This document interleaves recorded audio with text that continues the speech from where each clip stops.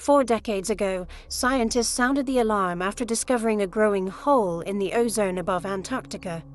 This protective layer of gas shields life on Earth from the sun's harmful ultraviolet rays, which can cause skin cancer, cataracts, and damage to plants and marine life.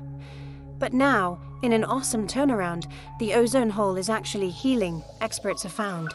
And if the trend continues, it could eventually stay shut for good.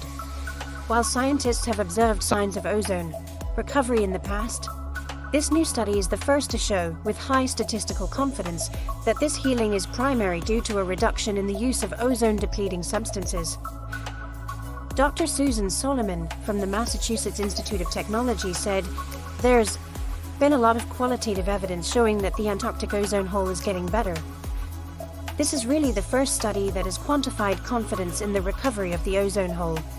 The conclusion is, with 95% confidence, it is recovering, which is awesome, and it shows we can actually solve environmental problems." In 1985, scientists discovered a hole in the ozone layer over Antarctica that opened up during the austral spring between September and December. Researchers found evidence that quickly confirmed the ozone hole's cause: chlorofluorocarbons, or CFCs, which are chemicals that were then used in refrigeration, air conditioning, insulation, and aerosol propellants. When CFCs drift up into the stratosphere, they can break down ozone under certain seasonal conditions.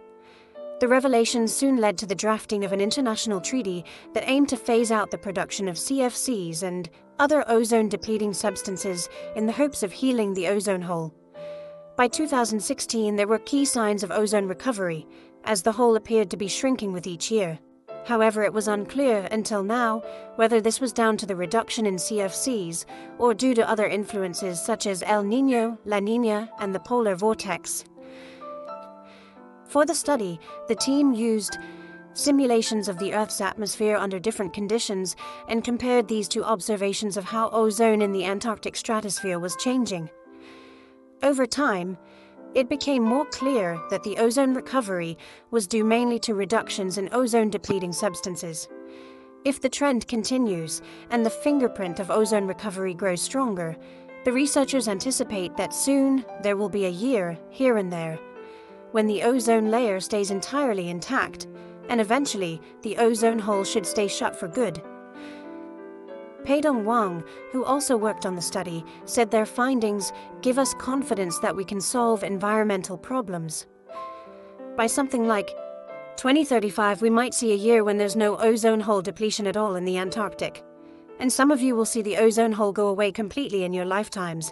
And people did that.